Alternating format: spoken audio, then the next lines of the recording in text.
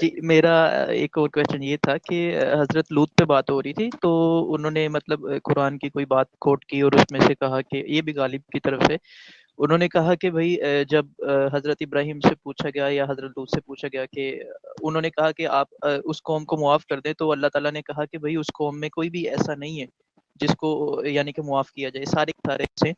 تو question raise ہوا کہ بھائی وہاں پہ کیا بچے نہیں تھے؟ کوئی ایسی قوم نہیں ہوتی جس میں بچے نہیں ہوتے، تو بچے کہاں ہومو سیکشل ہو گئے؟ تو ان پہ کیوں عذاب آ گیا؟ تو اس پہ تھوڑی سی بات. ٹھیک. ان بھائی کا سوال یہ ہے کہ جب حضرت لوط کی قوم پر عذاب آیا تو عذاب تو بچوں پر بھی، وہاں بچے بھی ہوں گے تو بچوں پر بھی عذاب آیا. تو دیکھیں اس کا جواب یہ ہے کہ عذاب جو ہے وہ باشعور نہیں ہے، عذاب تو بے شعور ہے اور وہ ایک کاز ہے ڈسٹرکشن کا.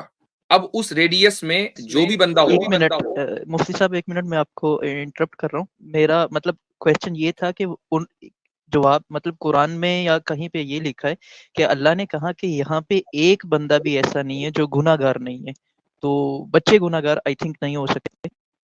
تو اس پہ یہ آیت جو ہے، آیت کو ریفرنس دیا تھا، یہ واقعہ کئی جگہ ہے. اگر کوئی ایک تو یہ کہ 20ویں پارے میں ہے، رک جائیے میں جاتا ہوں اس جگہ. 20ویں پارے کے آخر میں اللہ تعالیٰ کہہ رہا ہے کہ بتا دیں حضرت کون سی؟ یہ عنکبوت ہے. تو وَلَمَّا جَاءَتْ رُسُلُنَا إِبْرَاهِيمَ بِالْبُشْرَىٰ قَالُوا إِنَّا مُهْلِكُو أَهْلِ هَٰذِهِ الْقَرْيَةِ إِنَّ أَهْلَهَا كَانُوا ظَالِمِينَ.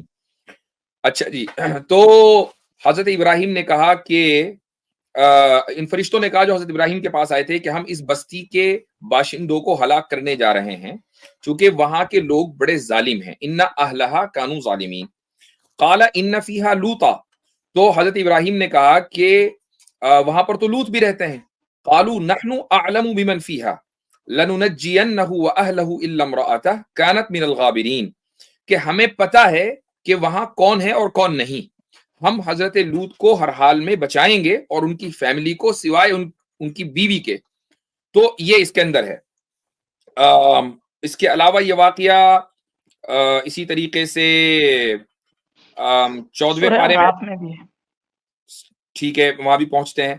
14ویں پارے میں ہے اور لیکن اس میں حضرت ابراہیم علیہ الصلوۃ والسلام نے کوئی گفتگو کی ہے، وہ بات نہیں آئی ہے. فلما جاء آل لوط المرسلون قال نہیں آیا ہے.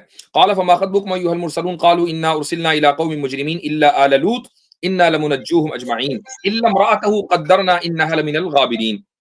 جب انہوں نے پوچھا بھئی تم کدھر جا رہے ہو تو انہوں نے کہا کہ ہم لوط کے پاس جا رہے ہیں اور وہ ان کی جو قوم ہے، انا ارسلنا الى قوم مجرمین، ہمیں ایک مجرم قوم کی طرف بھیجا گیا سوائے آل لوط کے. وہ مجرم نہیں ہے، ہم ان سب کو بچائیں گے سوائے ان کی بیوی کے. قدرنا انہا لمن الغابرین. یہ یہاں پر ہے. اور سورہ اعراف میں کس جگہ ہے؟ آئی تھنک آیت 80 ہے. اچھا یہ یار یہ قرآن شریف میں بھی اصل میں ہر جگہ جو نا وہ ایڈ لگا دیتے ہیں، یہ بڑا مسئلہ ہے. اچھا وَلُوطًا إِذْ قَالَ لِقَوْمِهِ أَتَأْتُونَ الْفَاحِشَةَ مَا سَبَقَكُم بِهَا مِنْ أَحَدٍ مِنَ الْعَالَمِينَ. ہاں اچھا اس جگہ پر ٹھیک ہے. 8ویں پارے کے آخر میں ہے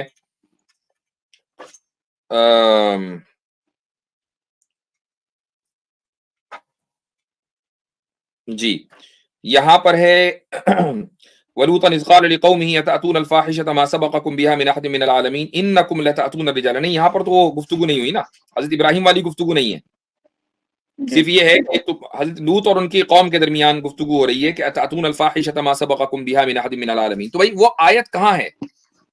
اس کا ریفرنس جب تک نہیں آئے گا تب تک کیسے جواب دیں گے؟ جی تو ریفرنس تو بیسیکلی میں نے ان سے نہیں پوچھا، اور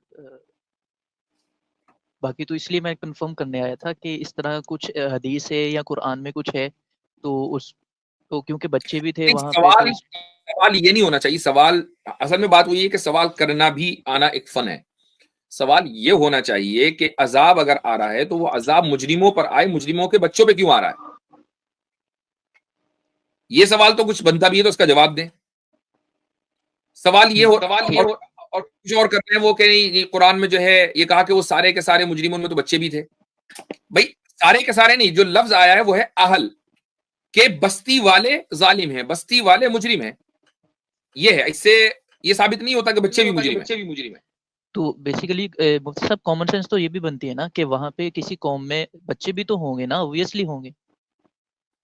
تو obviously بات ہے وہ نکل گئے, وہ اس میں سے نکل گئے اس لیے حضرت کہ اہل جب کسی نبی کے کانٹیکسٹ میں بولا جاتا ہے, جیسے نوح علیہ السلام کے کانٹیکسٹ میں بولا گیا, تو ان کا سگا بیٹا سلبی بیٹا تھا, تو اللہ تعالیٰ نے نفی کی کہ وہ انہ لیس من اہلک, وہ تیرے اہل میں سے نہیں ہے. ٹھیک ہے, اب یہاں دیکھنا آپ نے, میں آیت شیئر کر رہا ہوں ذرا, یہ ٹکڑا اگر آپ پڑھیں گے نا یہ والا حضرت لوط علیہ السلام کا, تو آپ کو پتہ چلے گا کہ اللہ نے کتنا اہتمام کیا کہ جن پر عذاب آئے گا اور جن پر نہیں آئے گا ان کو بچا لیا جائے. اس کا اہتمام کیسے کیا یہ دیکھ رہے ہیں, یہ سورہ ہود ہے. جی اور اللہ آیت اہلہ, ہاں جی, یہ آیت نمبر یہاں سے دیکھنا ہے. قالوا یا لوط انا رسول ربک, بعد اعوذ باللہ من الشیطان الرجیم, لن یصلوا الیک فاسر باہلک بقطع من اللیل ولا یلتفت منکم احد, تمہارے اہل میں سے یعنی ایک بھی نہیں چھوڑنا جس کے اوپر وہ عذاب ڈیزرو نہ کرتا ہو, الا امراتک, مگر اس کو چھوڑ. یعنی اہل سے یہ شبہ بھی دور ہو گیا کہ آپ کے خاندان کے کون سے لوگ رہیں گے. انہو مصیبہا ما اصابہم, اس کو بھی وہی پہنچے گا جو ان کو پہنچنا ہے. اس سے بھی آپ کو یہ چیز پتہ چل جاتی ہے, اہل کا ایک پورا کانٹیکسٹ اگر لیا جائے نبی کا بھی, اور یہاں بھی پتہ چلے گا کہ کسی ایسے کو وہاں نہیں رکھا گیا تھا جس پر عذاب ثابت نہ ہو جائے یا مصدق نہ ہو, ڈیزرو نہ کرتا ہو. بہت شکریہ. جی جیسے قرآن کریم میں وما كنا معذبین حتی نبعث رسولا, کہ ہم کسی بھی قوم کو عذاب اس وقت تک نہیں دیتے, کسی بھی فرد کو, جب تک کہ اس کے پاس میسج نہ پہنچ جائے. تو یہ چیز ہے. لیکن اس کے باوجود ایسا ہو سکتا ہے کہ کوئی قدرتی آفت آئے اور وہ قدرتی آفت خدا کے اس حکم کے نتیجے میں ہو کہ وہاں کی قوم کو سبق سکھانا ہے, اور اس قدرتی آفت کے نتیجے میں کوئی مسلمان بھی ہلاک ہو جائے, تو یہ اس کے لیے عذاب نہیں ہوگا, اگرچہ موت ہے لیکن اس کے لیے عذاب نہیں ہوگا, چونکہ موت تو اس کو آنی ہے, کل نہیں, یعنی آج کے بجائے کل کے بجائے وہ آج مر گیا. عذاب اس وقت ہوتا جبکہ اس کو ڈسٹروائے کر کے پھر جہنم میں ڈالا جائے, یہ عذاب ہے. ٹھیک ہے, تو اس مسلمان کے لیے یہ ایسا پاسبل ہے, چونکہ جب نیچرل ڈیزاسٹر ہوگا تو نیچرل ڈیزاسٹر یہ فرق نہیں کرے گا کہ کون مسلمان ہے کون مسلمان نہیں ہے. جی, اور مطلب اس پہ اللہ کے نبی صلی اللہ علیہ وسلم کی ایک حدیث ہے جو کہ قرب قیامت کے متعلق ہے کہ جب وہ فوج نکلے گی تو وہ دھنسا دی جائے گی مکہ کے قریب.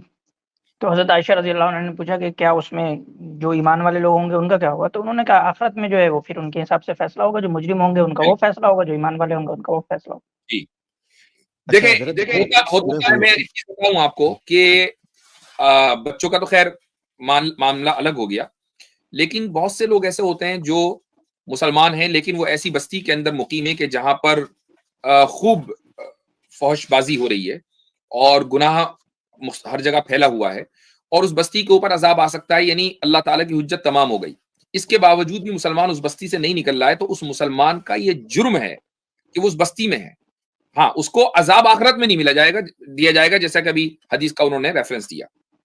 ٹھیک ہے بھائی, جی بہت شکریہ, جزاک اللہ. چلیں یہ وہ آیت آ گئی جس کا ہمارا جو ہے آپ دے رہے آیت ہے. ہاں, قدرتی بات ہے کہ یہ بھی سورہ ہود میں ہی ہے.